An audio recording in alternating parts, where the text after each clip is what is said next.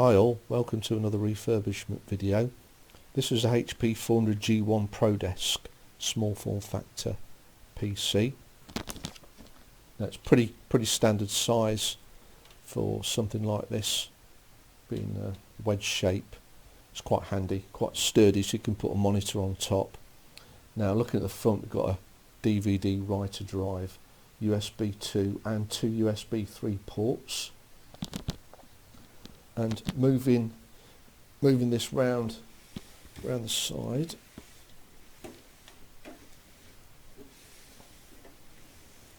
it's got more USB ports on the back, microphone, headphone sockets. They're also on the front as well, the microphone and headphone sockets, and got keyboard and mouse there, and Ethernet port.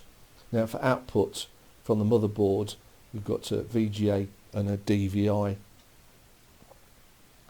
and that's the power supply fan output, and they're the expansion port slots there, and that's the output from the CPU cooler shroud, which I'll show you when I take the panel off and disassemble the parts.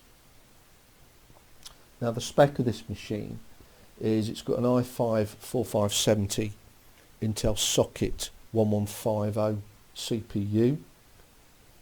It's got 4 gig of DDR3 RAM and a 500 gig mechanical drive, and I'll talk through what upgrades I'm going to do when I get the side panel off.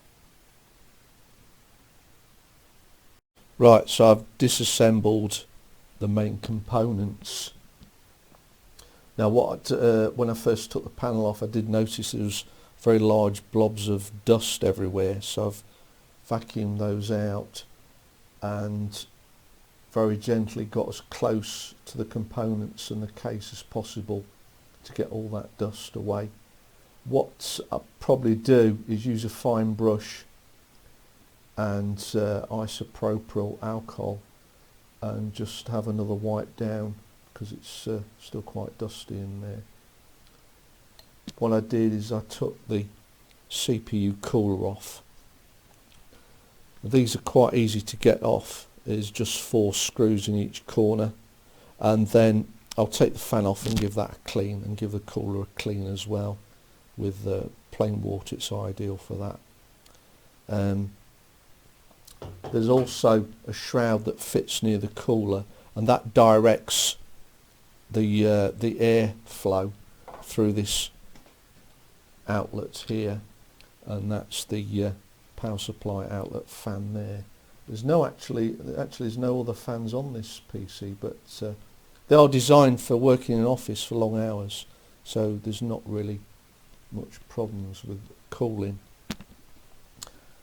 And I've taken the hard drive out as well, which is quite easy to remove. The good thing about these sort of cases is there's like green tabs with a marked arrow, and you just lift those up and the components come out, and even the front panel comes off as well by lifting up those 3 tabs. So really, to get into this machine and get things out, there's very minimal things you have to do.